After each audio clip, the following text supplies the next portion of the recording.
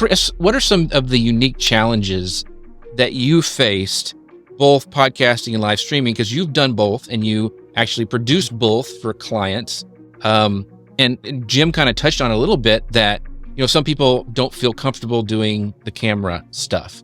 And I know you just had, I don't know if you can talk about it or not, but you just had somebody really famous in your podcast, on a podcast you produced, and he said, I don't want to be on camera, which to me would be a huge downer because he's so famous and well known and all that kind of stuff.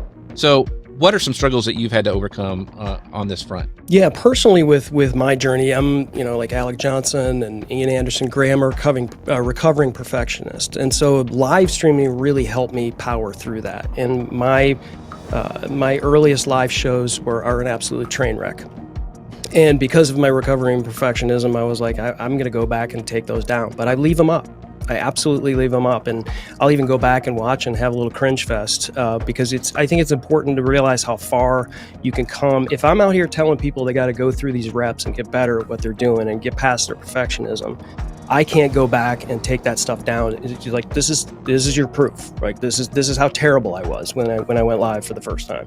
But my second show got better, my third show got better. But I can tell you specifically what you're talking about, Jeff, is one of the shows that I produce is actually more of a regional, county-based podcast. And I think a lot of people realize, like, hey, if I'm going to do a show, it has to be the Chris Stone show or this is what I do. I'm a podcaster, so it's something about podcasting. It's like, you don't have to do a show necessarily about what you do. But if you do a show, people will hear you, people will see you, and people will eventually trust whatever you're doing. So this show is actually based in an independent mattress store in Lancaster, Pennsylvania. And these two gentlemen are really, really great in their community about giving back to nonprofits and charities. And so they have this show and they shine a light on these small businesses and these nonprofits and these charities.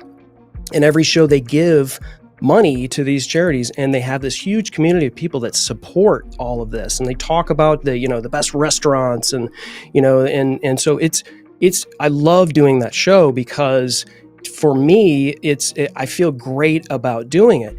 And we just recently had on their 100th episode Bret Michaels, the lead singer of Poison. Right. He is from Central Pennsylvania, and he did an interview with them on the show. And when I first approached these guys and we were talking about doing what we were doing, they assumed that they were going to be doing a video podcast that would be audio. So it would be more of an asynchronous thing. And I said, we're doing this live.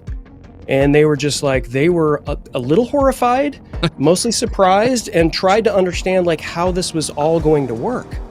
And we've built this community together on this platform. So every time when we go live, they're doing giveaways, they're doing all kinds of stuff because they've built this amount of people that join every single week. They have super fans that show up, just like for this show.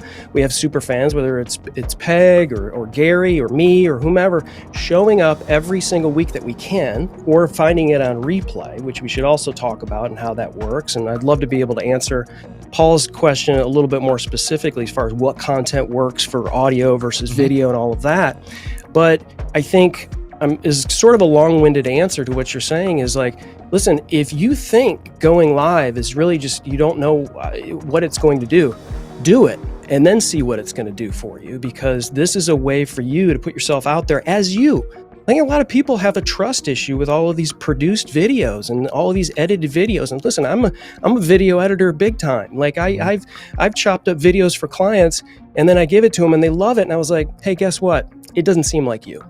It doesn't seem like you. You got to do some stuff that feels like you. Like you got to give somebody like, hey, here's my messy drawers on the floor every once in a while. And here's me saying once in a while. And here's me dropping the phone or whatever. Not doing it on purpose, obviously, but be okay with that kind of stuff every once in a while. It's not that big of a deal.